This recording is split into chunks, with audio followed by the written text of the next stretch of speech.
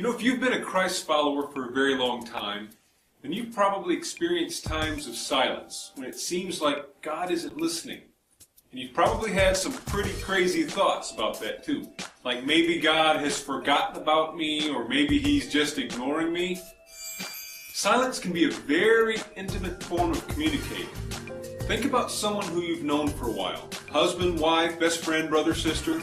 I'll bet that sometimes it seems like you can practically hear what that person's thinking. Or maybe you can tell how that person feels about an issue just because they refuse to comment on it at all. So how's this possible? It's because you know them so intimately, you're so familiar with his or her character, that they don't necessarily have to even open their mouths in order to communicate with you. Or consider this. Dad!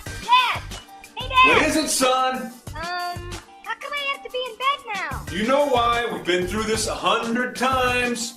You're young, you need your rest, now go to sleep. Yeah, but how come, Dad? Dad! Dad, you there? Dad! Does that sound familiar? Well, how about this one? God! Are you still there, God?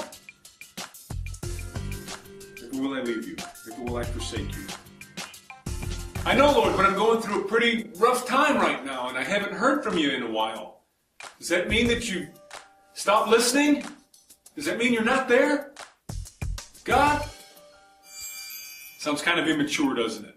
But we've all done that. We've all been guilty of that. Even King David once wrote, "Oh my God, I cry out by day, but you do not answer. By night I am not silent." Then David quickly came to his senses and he continued writing, "Yet you are enthroned as the Holy One. You are the praise of Israel, and you, our fathers, put their trust. They trusted, and you delivered them." God's silences can be very intimate. He may be entrusting you with His silence because He's deemed you to be mature enough or faithful enough that He knows you'll be able to handle it, which will only cause you to grow even more because you're confirming your trust, you're believing.